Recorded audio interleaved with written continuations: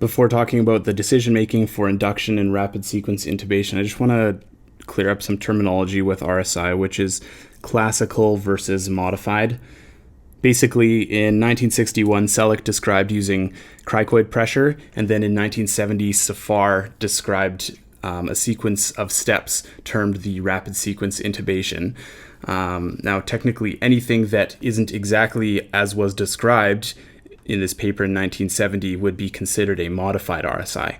So essentially, all rapid sequence intubations that we do today are actually modified RSI, and as I talk about RSIs going forward, just know that I'm actually talking about a modified version of the RSI that was originally described. So for example, they used D-tubocurarine, which we don't even have, and they use thiopental, which we don't use. So there are certainly deviations from what was classically described. You may also hear the term drug-assisted intubation, which is the trauma language for a modified RSI, essentially just emphasizing the fact that they're using a drug to facilitate intubation rather than having the patient fully unconscious and not requiring anything else before intubation.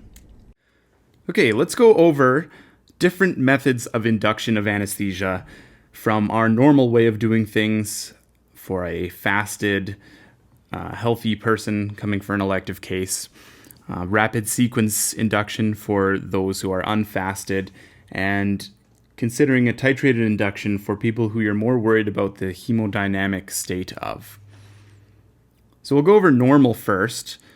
Obviously, we start with pre-oxygenation, and we need about 2 minutes of this for a good filling of their lungs with oxygen. And then we'll pre-medicate with some type of opioid, so let's say fentanyl. And we know fentanyl will take about 5 minutes before it has reached a satisfactory level for blunting the sympathetic response to intubation. So let's time our intubation about 5 minutes after giving fentanyl. So you intubate here. This is going to be 5 minutes after giving our fentanyl.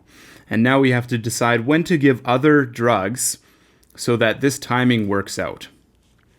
So we'll give propofol as well, because we need that for the hypnotic component or causing unconsciousness.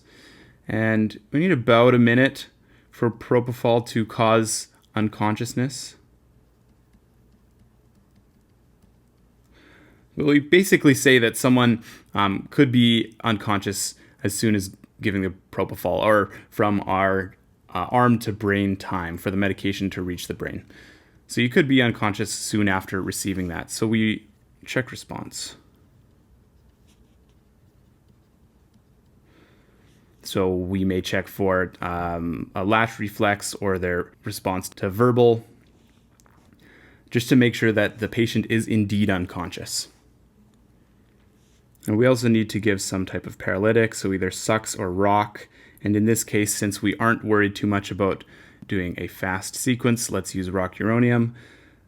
And we know that rock will take about 2 minutes to give us good intubating conditions. So we're saying from the time that we give rock to the time we intubate, let's time that to be 2 minutes. Which means that if we need to give our muscle relaxant when the person is unconscious, we need to wait at least a minute here. So let's call that 1 minute. And then the time from when you've given propofol to when you're intubating is 3 minutes. And we know that with the doses of propofol that we're giving, the patient will indeed reliably still be unconscious and not responding to the stimulation of direct laryngoscopy 3 minutes after giving our dose of propofol. So they will have an adequate depth of anesthesia with this timeline that we've outlined to tolerate a direct laryngoscopy. So now we have 2 minutes between when we've given our muscle relaxation and when we're intubating. So we might bag mask ventilate this patient, plus or minus that. We'll cycle the blood pressure cuff again. Maybe they were hypertensive before we did our induction. So again, the time from giving propofol to when we've intubated is about 3 minutes.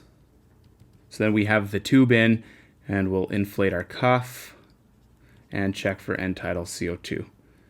So the time from unconsciousness to having a protected airway with a cuff up and confirmed placement is 3 minutes in this case, which doesn't seem like a very long amount of time, and it's very appropriate for this circumstance. But what we'll talk about next is the patient where these minutes or seconds even matter. So we want to reduce this time as much as possible in the case of an RSI.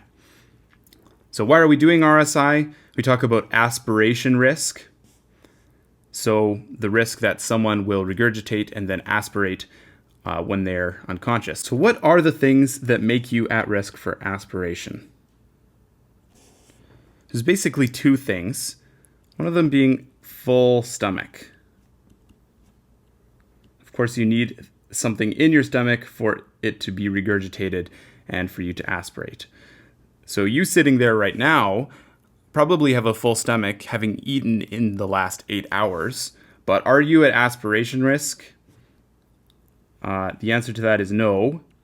Hopefully you have a normal level of consciousness, but those who have decreased level of consciousness, so we're talking about GCS less than 8, we worry that you will not have intact airway reflexes. Well, actually two things. You won't have airway reflexes, and you will also potentially lose tone of your stomach.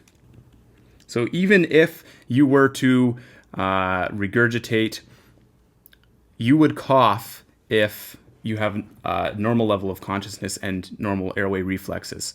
But if you lose those, then there could be the passage of particulate matter through your cords and down into the lungs, and that would be a problem. So if there's anything more than about 30 mils in your stomach, that could be aspirated and cause problems. Think about the opposite scenario where you have decreased level of consciousness. So either you have a head injury or we've induced anesthesia, therefore you have unconsciousness, but you don't have a full stomach. There's nothing there to aspirate, or there's nothing there to regurgitate. You can't aspirate because nothing will come back up. So you really need both of these things to say that a patient is at risk for aspiration. And then if you have these, you should be considering doing a rapid sequence intubation, because we want to minimize the time where a patient is unconscious with an unprotected airway. And we protect the airway by inserting an endotracheal tube and inflating the cuff, because that will seal off your trachea from anything that could potentially be regurgitated.